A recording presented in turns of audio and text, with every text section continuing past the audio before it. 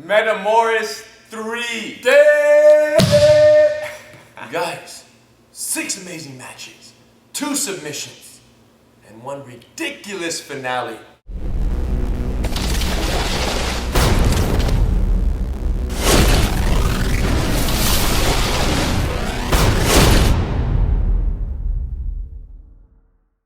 Before we start, let's congratulate our brother Halek. And man, he had a vision from the beginning. And it's really amazing to see what he's done with this. And I think that, for the first time, there is a professional arena that is respecting and giving jiu-jitsu the credit it deserves in a way that has never been done before. And Halek, with his creative vision and his artistic vision and his ability to bring people together and make this happen, has been nothing short of amazing. It hasn't happened up until this point because Halek hasn't decided to do it up until this point. So the fact that it's going down, we're very proud. So if you're a jiu-jitsu practitioner that loves the idea of going with somebody with a 20-minute time limit and no points, submission, victory, or draw, contact Halek. Boom.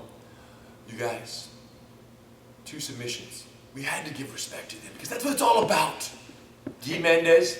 Even some matches that didn't have submissions, like for example Zach Maxwell, there was no submission, but there was a lot of good things. Beautiful, beautiful. There was always something to learn. Always. When there's movement, there's something to learn. Always. So other matches didn't have submissions, but we still, appreciated what there was. Some very close calls on the other matches without the submissions, but amazing nonetheless. So Gui Mendes versus Samir Shawn, amazing match. Gui Mendes in a gi, okay? And I'll be Samir. He don't choke me out. Kind of in a beautiful baseball choke, okay? It was about 7 minutes into the match, into the 20-minute match. It was over here, yes. So basically, he ended up sweeping him, getting side control, and feeding the lapel from here under the back, pulling it out, bringing it all the way under. And he tried twice. The first time it failed. Go ahead and set up your baseball choke. He comes in, look what happens. Typically, the baseball choke is done on the lapel. Okay, it's not, it's the more common way, but to do it with this, why is it better? Why does it feel like... To do it with this, it actually sets up, the option to do some different other chokes. So you have a couple more combinations. Not to mention, the reason why you see so many people feeding this lapel around the shoulders and across the neck is because it's almost like, imagine if you don't put 2 hands on my shoulder right here, just put your 2 hands right here, both hands, and you put my shoulder on the mat. Yeah, the idea of pinning someone's shoulder down inside mount is very important. And when you feed a lapel around, when you let's say you're just hugging my neck, just hug my neck. No, just grab this collar. Yeah, you're not controlling the shoulder, you see? But when you grab the lapel around the neck and you feed that and you pull it, you're I can't even turn into Hito right now because this is being pulled. It's like a noose around my shoulder. So that's one of the additional benefits besides the submission value and besides the comfort of the grip. Like when you go ahead and get your baseball grips on, look at the difference in your comfort of your grip. Grabbing a single rope like that, the single lapel, that's a different power than grabbing the lapel with your fingers getting kind of jacked in there. So it's just a different wrapping feel and comfort. Correct. My hand can it's like grabbing like a rope. Like a samurai sword. Versus holding inside something. Yes, it's not as good. Yeah. So Hito gets his grip there. And in the initial one, Samir did a nice job framing out, which is a great frame. And as Gui walked around the go, he activated the frame, and that caused his head to pop out. And they spun to kind of an open guard situation. And then Gui passed again with the basic knee slice. Go ahead. He sliced his knee through, got back to the side mount. Boom. Same thing. One would think that, wow, Samir defended it. So, Gui should move on to the next submission. And, one would think that blue-purple belt might think, oh, Gui, you might as well give up because he's got your number on the defense. But that's blue-purple. Go to brown, black, black 1, black 2, black 3, and what are they thinking? Okay, you defended once. I know exactly what you're going to do now, so get ready. I'm going to catch you the next time, which is what happened. He defended. He was a little more strategic. He came here, and as Samir was defending, Samir's hand did not get as far across. Yes. Which, who knows what Gui did to keep his body close or keep his elbows closer together. Just much more aware of the frame. Just not giving space. From here, he wanted to move around, and Samir wants to run away, run your head away, run. If I can stay perpendicular from Hito, as long as I stay perpendicular, keep walking. He can't finish the choke as long as we're perpendicular. Keep going, keep going, keep going, keep going, keep going, keep going. This relies on Hito becoming parallel. Because look at his arms. You see how they're parallel? Just very, very open and very loose. Just walk over my head so you can see the arms crossed. Now they're crossed. Parallel, cross. You have to be north-south for the arms to cross. That's the nature of the baseball choke. Okay? Now, the problem is Samir was doing such a good job running away. Watch what he did. Show us. He threw his knee over the head right here. The knee went over, and then he put his head to the other side, and now choke. And by putting the knee here, he's blocking my head from going this way. By putting his head here, he's stopping my hip from going that way. So 2 elements, like put your hands here and here on my hip and my head. These 2 elements I cannot twist. I'm stuck in this parallel position that Hito wants me in. The arms are crossed and it's beautiful. So, it's a basic. Everyone learns that. White, blue belt level, you learn baseball choke. What was fascinating and amazing about this was how doing it once and defended by a high-level black belt like Samir, and then doing it again, knowing that you have his number and you can now modify your attack to accommodate his defensive system. That's amazing. It really is. What we take from this also is spend a lot of time on the bottom of the side mount, letting people feed your lapel and learn how to defend these things, get comfortable on your back. Safe hands. That's what our grandfather was the biggest fan of, right? He would say, you, big guy, come here, get on top of me. And my grandfather wouldn't get out because at 90 years old, your bridge potential is a little bit inhibited. Well, and he also wouldn't get out because he wanted to see if he could lose. Right. If you get out, he was find out. curious to find out how you could tap him. Yeah, that's true. And he's willing to put his neck on the line to figure it out. Yes. Gui's off. So Keenan Cornelius is set to fight Vinny Magallanes, and this guy gets a staph infection. Which one of them? Vinny. Gets under his armpit, big staph, and it happens, jiu-jitsu, close contact, boom. So bottom line is, Vinny, very unfortunate, Vinny got the staph infection. He was down to fight regardless. Keenan was down to fight Vinny also, saying, yo, it's all good, let's just fight. The doctor stepped in. Said, no, you cannot fight. They were concerned that it might be a very bad staph infection. They said, no, you're not going to fight. Disqualification. Vinny was upset. Keenan was upset, training his whole camp for this. Guess who they call? Kevin Casey. With 30 minutes notice. 30 The minutes day before of. the event starts. Hey, Kevin, Holland can you come? called Kevin and was like, yo, come on through. Come compete at Metamoris right now. Kevin just showed up in fight shorts and a rash guard. And it'd be funny, he might have shown up with that regardless, you know what I'm saying? Just in case. But Kevin shows up in the fight shorts and the rash guard like a beast, walks in, and he was just here training the day before. He was working out that morning all hard because he has his title fight coming up May 30th for RFA. So he'd already done his Saturday workout, shows up at Metamoris to watch, and Halak is like, yo, boom, fight shorts, let's go, make it happen. And he gets down. So Kevin comes out, always ready like he always is. They have a great match. 13 minutes into the match, Kevin had some beautiful takedowns, some beautiful guard pass attempts. Keenan doing a great job recovering guard. Took Kevin down in the end there, got side control, and then it was amazing to see how after Keenan took Kevin down, kind of leg drag, got past his legs right here, he just threw this leg. He basically just jumped up, threw this leg in, and fell down in the inverted heel hook situation on the 50-50 right here, and started attacking his foot. This is a sticky place to be. Very. I mean, you don't just get out of here. Yeah, it's pretty You better be ready to do some defending and just surviving in this position. Absolutely. So he initially just hugged the leg from the south right here, and Kevin tried to keep his foot heavy on the ground, but Keenan came over eventually, did a good job exposing the heel, finally locked his gable grip right here, and Kevin respected it right away, for sure. Like a black belt should. Yeah. You should know when to tap. Yeah, for sure. And Kevin knows when to tap. Kevin he has his title fight coming up. I mean, this is fun grapple, fun match, but at the end of the day, you know what I'm saying? He has to be smart. It's his own. He understands his legs. Yeah, it's true. He knows his ankles and his knees. Better than anybody else. There you go. So you know what? It's time to go. So, but it was really cool. And from here, Kevin, going through technique-wise, he knows defensive strategies from here. But in the high-level competition setting, when you don't know how hard your opponent's going to squeeze, sometimes you can be trying to defend, but if they get a good scoop on the heel, I might go full bore right now, so you have to be respectful of that. And it's Keenan. Now, for our spectators out there, for the spectators out there who wonder in the 50-50, what can we do to respect the heel hook? It's all about top arm control, and then using the other foot to come inside, peel, and ultimately hide your foot right there. You can triangle your legs right there, and just kind of protect it and keep it hidden. So now that I can't really get this foot, he's going to be fighting. But this is the key, because this is the hand that scoops the heel. This is the hand that gives, gives power to the rib right here when I come back. So just by me letting me scoop the heel right here, I still can't break the leg. I have to connect my hands. And then it buys Hito time to free that. Now eventually, to get out of here is very difficult. But eventually what has to happen is Hito has to open this armpit here, lay down and get his foot across my body. Boom. And then once he gets here, his leg's extendable and he's removable. He has to get the leg across the border. It's like a key in the keyhole. At a certain point when you turn the key, you can't pull it out. Stuck. You have to line it back up. The grooves. So here I am. When I get, my leg is bent right now. There's no pulling out. Hopefully I can push him back and kick my leg out. And once it's straight, while I'm trying to control it right here, he's shrimping. He lays down, shrimp. Once his knee pops out, I'm done. Now we can get up the back way, come on up, and his knee is free. Once the knee is out, you're safe. Okay? So, just an amazing match. And just really cool to see, Keenan, the crafty, longer, thinner body type. Kevin, of course, much stronger, very aware, great, triangle defenses. He escaped several triangles and armlock attempts. And, Keenan was able to close the deal. I thought it was so cool how Keenan was side mounted and then fell off.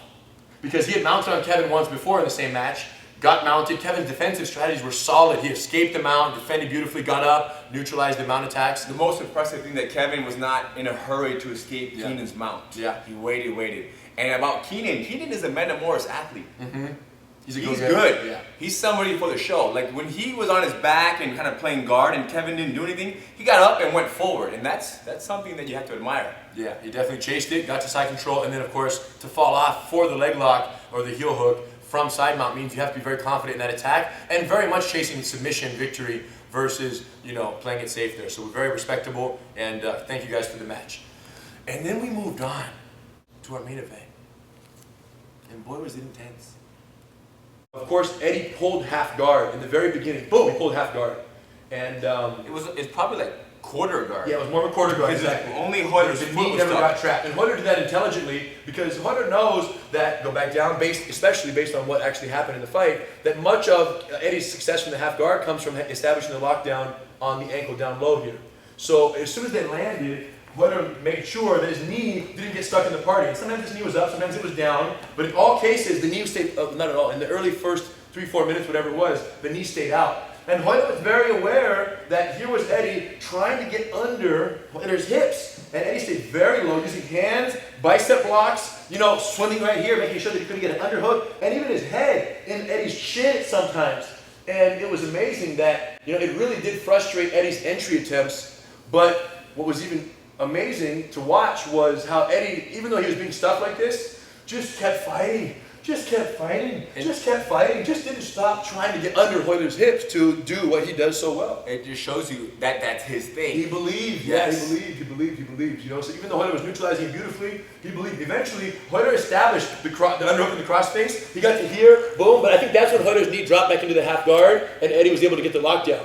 But Royler had favorable hand position, so from here, Eddie got to the side, bringing the blade inside beautifully, made some space, and then finally he was able to get under and underhook his leg over here. Deep half guard. Coming under the hips right here. Yes, rotate a little. So from here, with the lockdown and with the underhook on this leg right here, Eddie's hips suddenly switched. So the idea is I keep the lockdown, the hips turn, and then you start to dip your shoulder here and start to push the person the other way. And really what forces it, I think a lot of people were confused as to why it works so well. What forces it is the torque on your leg down low, the twist on the leg. So you want to maybe show, that's perfect. So check this out. So even though I'm under here, like Hito can still sit back and come on top of me until I do that. Yeah. That's what forces this outside hip to the ground, is the lockdown and the extension and the twist on the knee right there. My hip wants to sit down to accommodate the twist. And it did. And they landed right here. And then rotate back a little. And at this point, literally, I have his leg locked down and stretched out down low. I had this leg underhooked right here. And then from here, Eddie was 100% committed to trying to stretch. Elbow or side, I think he laid down. Trying to stretch right here, going for this kind of crotch stretch, this crotch ripper right here. Electric chair, they call it. Unfortunately, though. This is Royler's morning stretch. Yeah, all these guys, Royler, Royce, not me, but all my uncles, these guys are doing the splits every morning. I should start doing it one day, in case I have a roll with Eddie. But these guys can do the splits. So it was not a problem here. He was very comfortable. And like Eddie said, most people will tap from here, but he knew Royler wouldn't. So he used it kind of as a control position to rest a little bit. Royler had some grips on the head sometimes, which were also serving to kind of, keep Eddie from getting a full arch. Yeah, he's really kind of keeping him curled in here, exactly, limiting the amount of stretch. And then this happened several times throughout the fight. This same sweep from the half guard, coming under the legs, and then twisting the knee, this electric chair sweep, happened several times successfully. Maybe 2 times? Yeah, I think 2, maybe 3. 2, maybe 3, yeah. So he got up, and at different times they landed, and different scrambles took place. Sometimes he came up, this leg passed over once, they ended up kind of in a cradle type situation here. And then eventually they scrambled out of that. Things happened. There was almost like a partial twister attempt that didn't pan out, that ended up in somewhat of a neck crank against Royler, but Royler, again, very flexible, was able to negate that one. And then on the secondary time that they landed in the same sweep, the same setup with the triangle on the bottom leg in here, Royler was trying to stay low, Eddie was trying to stay low and control him right here. And this is more towards the end now, 4, 5, 6 minutes left. They landed here on the same sweep, and that's when Eddie started pushing, Royler started pushing up, right? Correct. Royler got his hands in place, forearm or hands on Eddie's chin to get space. Probably looking to bring legs and get my legs back in the mix right here. And then Eddie used that energy to spin off. So that's when tuck his shoulder in and you roll. So keeping I still have the triangle on the leg from the initial half guard, the lockdown. So now I dive in here, boom, and we land here. Want to walk that way a little, bro? Yeah, just turn more. Oh yeah, this tight. So right here, he ends up in this calf slice type position that you know, he was able to keep for about 3 or 4 minutes at the end there. And This is how the fight ended, right? Yes. In this position. Correct. And this is an interesting place to be. Like, I've been here before, and sometimes it hurts my shin bone. It's Right. your bone versus bone. Like- Or it's your bone versus the calf muscle. Depending how the angle, how the And leg how is the muscle rotating. lands sometimes, right? Yes. And sometimes I feel like it's my knee getting Separate. stretched. So, I don't know. I know that Royler's knee didn't break, you know, because Yeah. he's walking around the next day. It's fine, yeah. You know, no problem. So So Eddie was here cranking this as hard as he could, putting the pressure. Royler was cool, and then Eddie got knowing this wasn't going to go, Royler was going to tap. Eddie got the foot and started pressuring here. and he even knew that wouldn't tap. Right. And you know, there's a certain thing, like even I myself, I have been in positions where I just hold it the last 3 minutes, because if this doesn't work, he's going to end up escaping and side mounting you. We might as well end holding a nice submission. That's true. You So know? you just keep this Correct. for the sake of not letting the other position happen, and that's Correct. And maybe eventually he'll figure out a way to make it tap. But either way, so Eddie held this very successfully here, and Royler, you know, toughed it out, no problem. And believe us when we tell you, Royler knows when to tap. That's true. If it was like, oh my gosh, it's horrible pain, it's gonna break, he would tap out. I'm sure he loves his knee more than any one of us. And it's funny because after the fight, they said, Eddie, you know, you pulled half guard. Tell us about that. He was like, man, that's all I know. That's all I know. That's all. He doesn't really mean that. But what he's saying is he's specializing in some very specific positions. And, you know, it's like a scientist in a laboratory who is putting chemicals together and coming up with their own combinations of things. That is, you know, that's amazing. You know, and what's cool is that we look at an event like Metamoris like this, and the fact that jiu-jitsu is getting this type of professional exposure. And for us, what we look at it, you know, above everything else, is how lucky jiu-jitsu is to have guys and girls around the world who have said, I'm in this for life. This is jiu-jitsu is my thing. I'm 100%. Whereas before it was just members of the Gracie family that were lifers of jiu-jitsu, and there was a bunch of students. This is generations ago, second generation, first generation.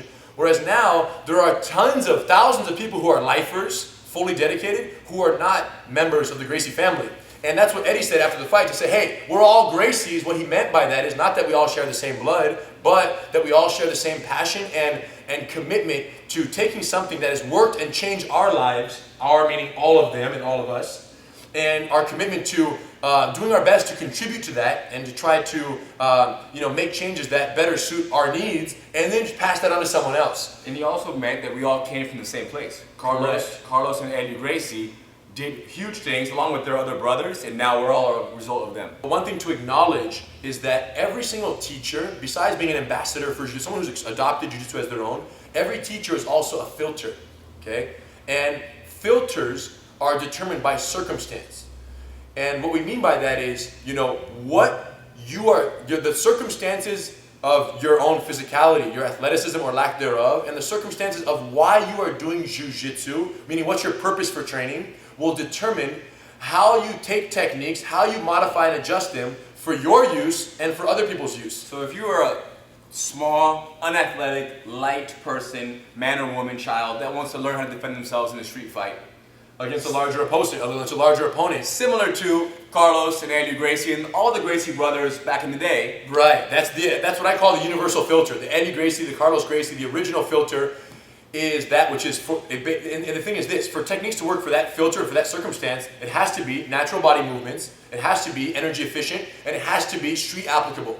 If a technique that is created and it adheres to those three principles, it's Eddie Gracie Jiu-Jitsu, okay? Now, the thing is, I've invented techniques, I've modified techniques, I've added new techniques to the arsenal. In my mind though, I don't even deserve credit for a new technique that I create if it adheres to those principles, because the filter is that of Eddie and Carlos Gracie, our forefathers.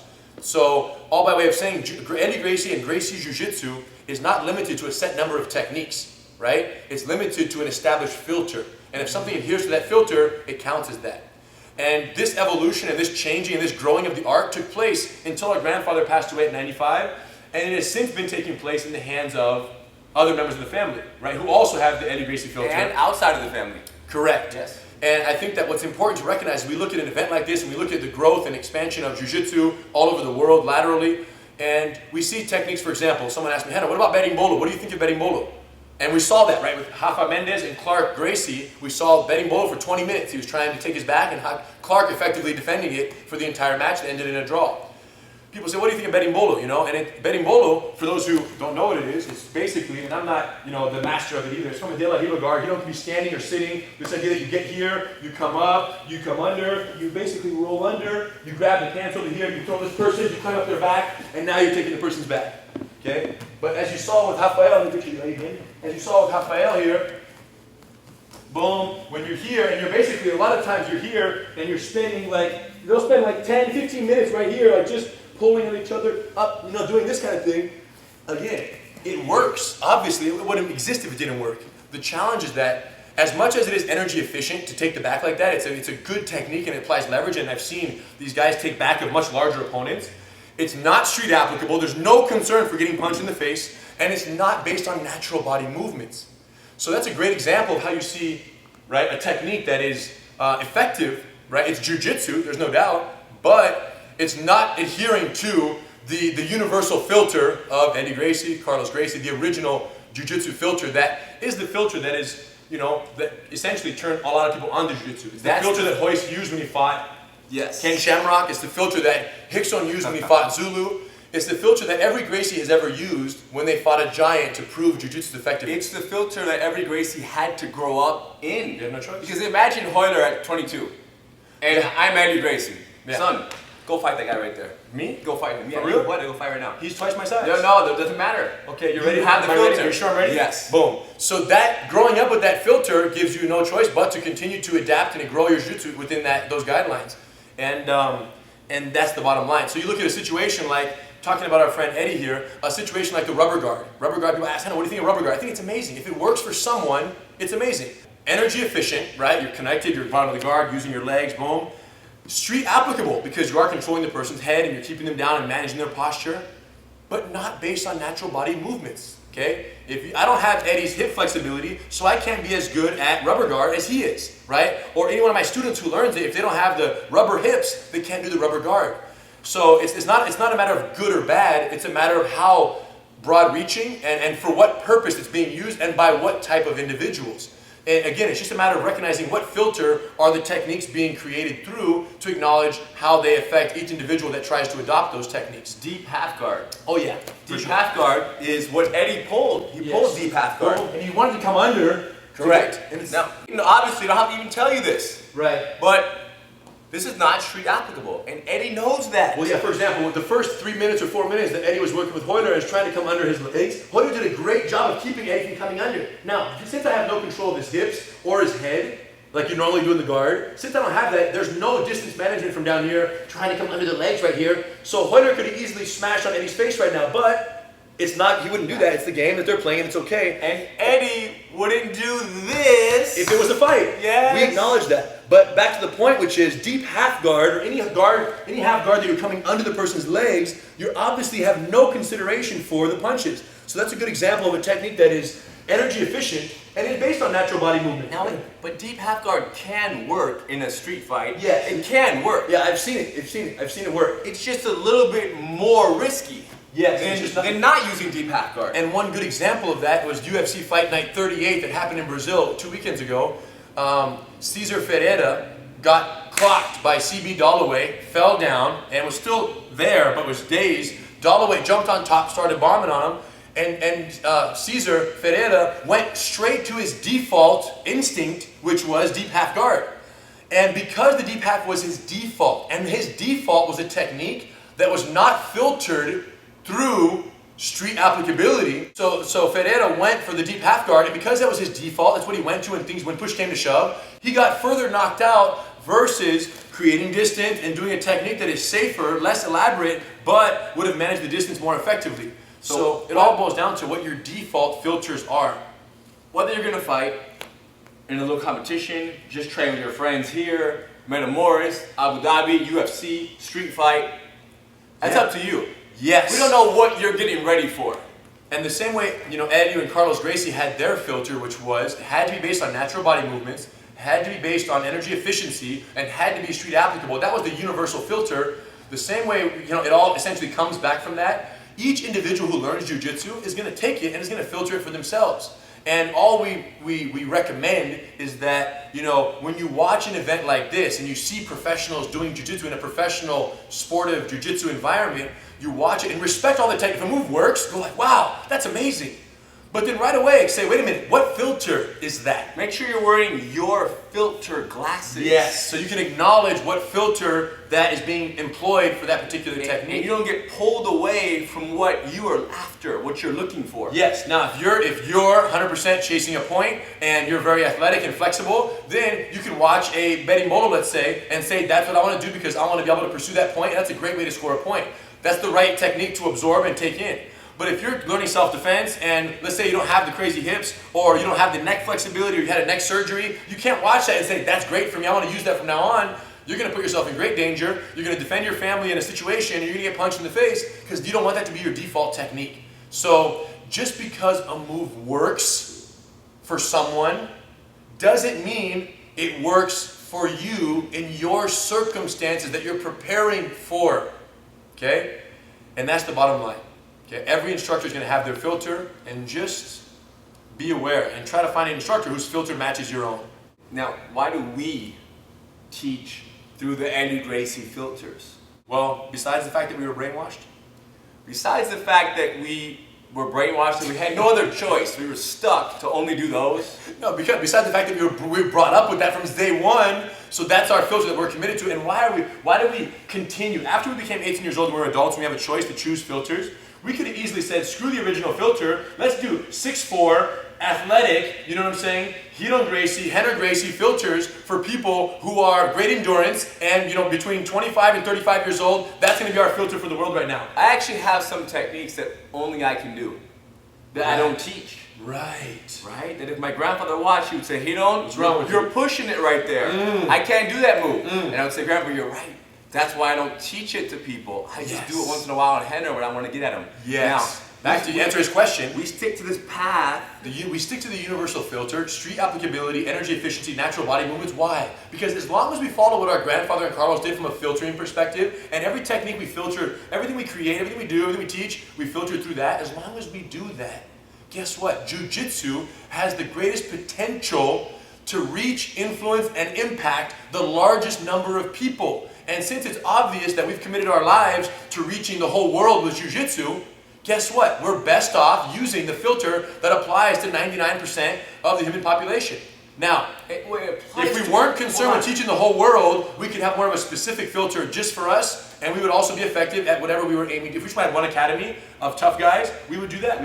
You said it applies to 99%. It applies to the whole world. 100%. 100%. Now only 99, 98, 95% choose. Or need. Or 5% could do something else. They could easily. Well, 5% might say, you know what, I don't need self-defense. Right. But we have grown up with our grandfather, everybody before us, teaching people to defend themselves, and we have seen the impact that jiu-jitsu has had in their everyday lives, in their marriage, in their job, in their lack of confidence, and so on, to all different people from all different careers and walks of life. So we're addicted to that. We want to keep giving that gift of confidence of jiu-jitsu, because that is extremely rewarding to us. That is worth 10 times more than any amount of money you can ever get paid. It's very selfish. It's very selfish, but it's also very generous and a very major mission that we're on here. But Hidon's right. That's why we're doing it. Is we want to reach the largest number of people, and by sticking to the universal filter, no one, like Hidon said, 100%, no one is exempt or excluded from the learning that we have to offer in those circumstances.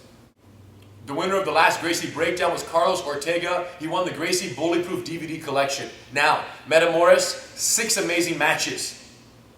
So we have to give away 6 of these ridiculous t-shirts right here. Now, Gracie University, it's nice, especially if you didn't go to college. It's a cool breakdown. It's a cool t-shirt to have. Turn around though. Let me show you guys the real magic. What are you doing? Wanted to sip. You get a sip. Want to sip before you? You guys, check this out. Look at the amazing back of this t-shirt. Nothing on it. Okay? Now you guys saw some magic this weekend in Metamoris, some amazing techniques, but you didn't see anything like this. Ah!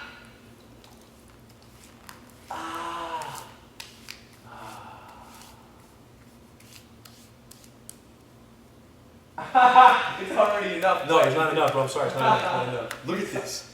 Look at this. Look at this. Why do you get the front right here? You guys, look.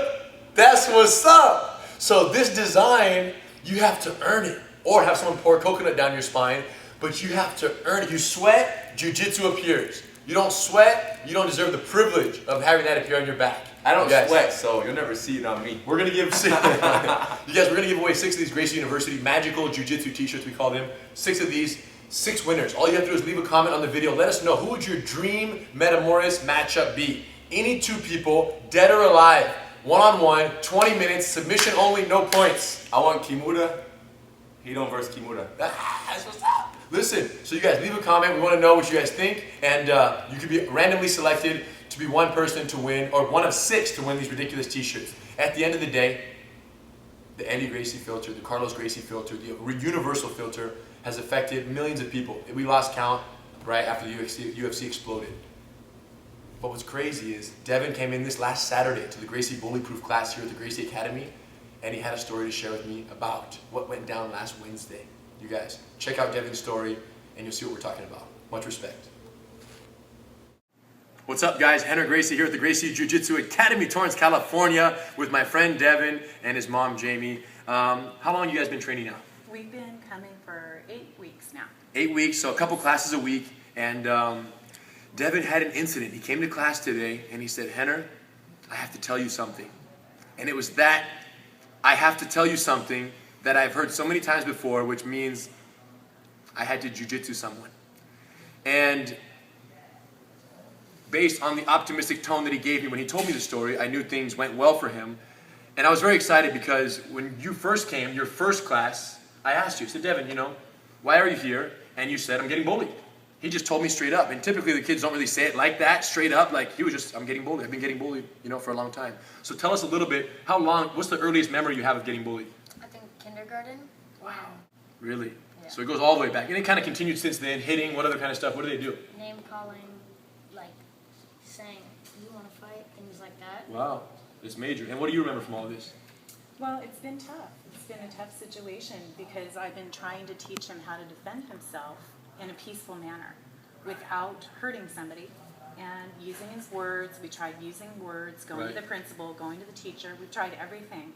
And once we saw the anti-bully at Gracie, we decided to try that out. Tell me what happened. So you guys have the sticks. Yeah, he started hitting me. He started hitting you with hitting your stick and your body with a lacrosse stick. Yeah. Cool. And then the game was over. And then what happened? Then he came over and I had told him to stop. Told him to stop hitting me with the stick. Yeah. And then He pushed you. Hold on. You're Devin. Calm down. I'm Henry. I'm Rodolfo. You're Devin. Yeah. Okay. So then I push you. Yeah. And so he just shoved you. And then he came back. You hit him that hard? Yeah. And when did you learn that? I learned it about a week before. 1 week ago we practiced this. Last week we practiced this, what we call the power push. And what's the secret when you deliver a good power push? Tell us what we learned. I want to step forward. You want to step into it so your weight transfers into it. And it's not about how far you push and what's it about? It's about the stop. It's about the freaking lightning bolt jolt that it creates. So the regular push is like, show me like how normal kids push. They put their hands on and then they push. But you did the what? Go. Oh, that's the one. When you can hear it, that means it was right. Okay, so you didn't just shove him, you popped him. So after that, if he took offense to that, even though you stood up for yourself, still, he retaliated. What did he do next? He tried to punch me. And then what did you do? Oh, you ducked the haymaker. Now what? You just held on right here. Control, control, control. Then what happened? Oh, you pushed off his back? Yeah. Okay. The TAs can't separate. TAs are what? Teacher's assistants. So he ducked the haymaker. He clinched the rear clinch. We did this last week. Yeah. We did this last week. Hello? Rear clinch. You locked him in the rear clinch. He tried to get away. He went crazy. When you grabbed him from behind, he wasn't like, oh, this is all. Trying to get rid of my arm. Like you were clinched. And he was, Trying to get my so you were holding here and he tried to pull these off? my hips back. Oh, I see. And then what? You just pushed off. I love the little push right there at the end. I love that. So after this, come a little closer. So after you pushed off, teachers came in, they interrupted, they stopped it. What happened? You went to the office? I went to my PE coach because we were all walking back to the locker room to get changed. And I had told him what had happened, and he changed my team. And I didn't get in trouble. Rodolfo did. Interesting. Now let me ask you this. If you would have done the rear takedown and you would have taken him to the ground, we would have mounted on him, as we've done so many times. Would you have punched him in the face, yes or no? No, because that would make me the bully. Stand by. Now, that's really good. But tell my friends out here what happened after this was all said and done. After school, when I was opening my locker to get my stuff, he came up and shook my hand and apologized. When do you think he's going to bully you again? Never. And Tell if he them. does, And if he does? it's not very smart. You guys, this is so major because you've been bullied for your entire life and you never really stood up for yourself because you didn't have the tool, the confidence that comes from the jiu-jitsu. But now that you can handle yourself physically, you could have controlled him non-violently, you took care of business, and because you stood up for yourself, you're not going to get bullied anymore. So what do you now realize? When you stand up for yourself, the bullying doesn't keep going, it stops. Why? The bully wants the easy target. The bully wants the kid who does not stand up for himself or herself. The bully wants the kid who walks down in the ground looking at the floor, doesn't look at people, eye contact. Not anymore with my friend. Now, I'm very happy, okay? But if you had to summarize the whole thing, what is your absolute favorite thing about this whole incident? The free shirt. You guys, I gave him a free t-shirt for keeping it so real. You guys, it doesn't get any better than this. Much respect to my friend Devin right here. And for people out there who have yet to embark on the jiu-jitsu journey, follow my friend. We'll see you at the top. Much respect.